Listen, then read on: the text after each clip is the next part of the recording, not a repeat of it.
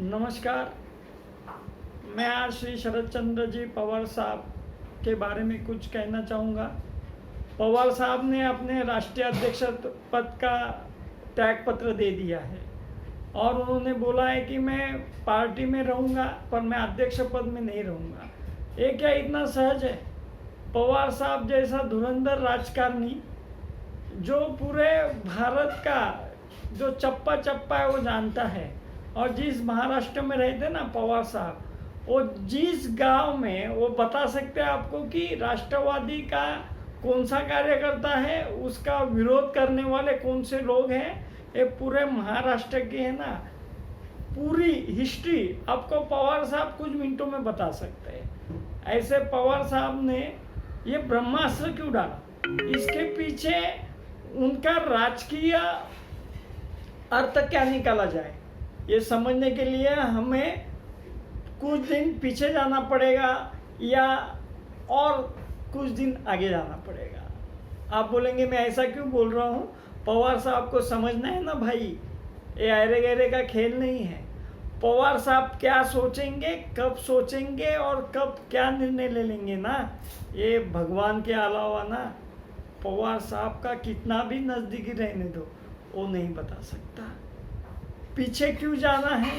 पीछे जाना है कि 4-5 दिन पहले ये बात आई थी कि राष्ट्रवादी का जो सीएम कैंडिडेट है उसका नाम उछाला जा रहा था, तो उसके लिए फुल स्टॉप तो नहीं है पवार साहब, इसके लिए फुल स्टॉप तो नहीं दे रहे हैं कि भाई जो मैं बोलूँ ना वही होगा, उसके अलावा कुछ नहीं हो सकता। ये बताने की कोशिश कर रहे हैं पवार साहब। और आगे यानी सुप्रिया ताई सुले को पवार साहब किस दिशा में लेके जाना चाहते हैं ये पवार साहब ही बता सकते हैं। पवार साहब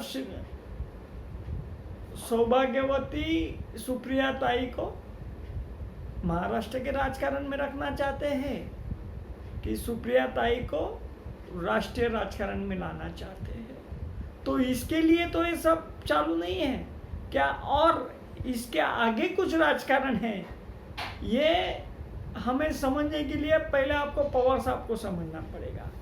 पवार साहब जो बोलते हैं वो कभी करते नहीं, और जो करते हैं ना वो पवार साहब के मुंह में या उनके चेहरे में आपको कभी दिखेगा नहीं।